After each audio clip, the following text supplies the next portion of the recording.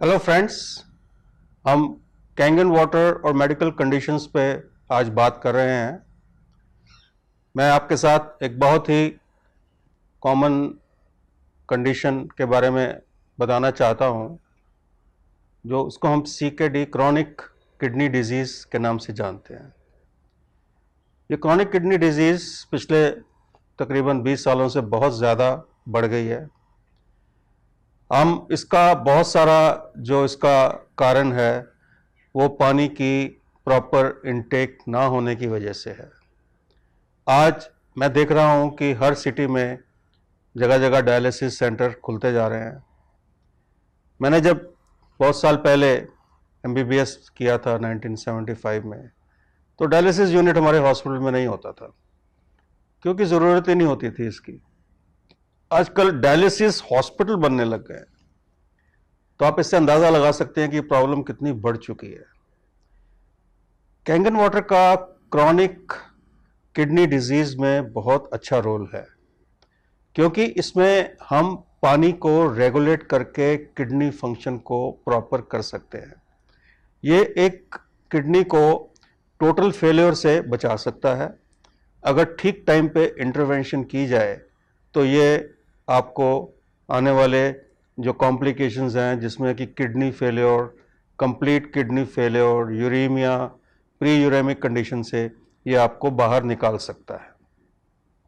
ये जो आप पानी पीते हैं ये आमतौर पे बॉटल्ड वाटर एसिडिक है, और जो पानी हम RO से पीते हैं, RO में से निकाल के पीते हैं घरों में, उसमें इलेक्ट्रोलाइट्स नहीं है।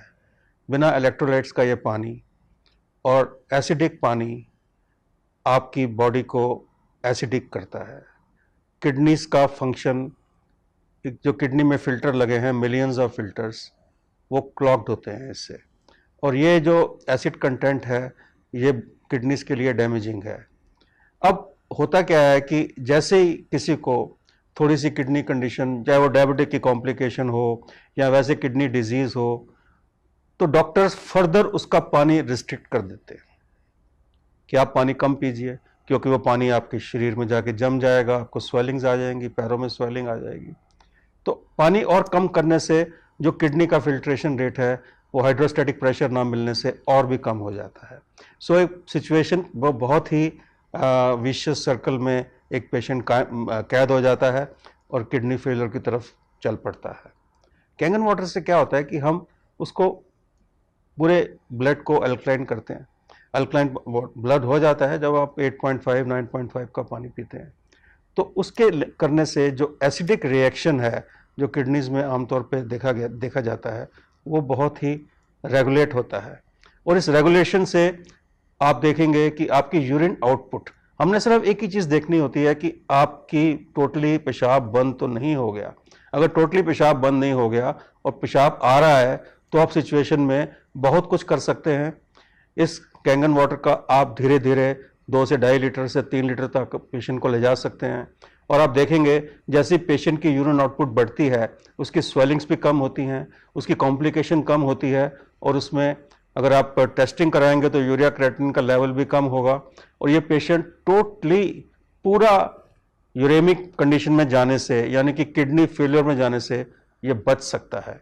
ये सब चीज़ें बहुत सारे जर्नल्स में छपी हैं, बहुत जगह डॉक्यूमेंटेड हैं, और हमारा अपना पर्सनल एक्सपीरियंस है। मैं डायलिसिस यूनिट्स में जाके मैंने विजिट किया और वहाँ पे लोगों को इस पे डाला जो कि टोटली, जिनकी किडनीज टोटली यूरिन बंद नहीं हो गया था, they were not in uraemia, they were in pre uraemic condition, और they were in the chronic kidney disease. So उससे हमने ये देखा कि आप उस पेशेंट को टाइड ओवर कर सकते हैं, आप इस पानी से उसकी किडनी को बचा सकते हैं।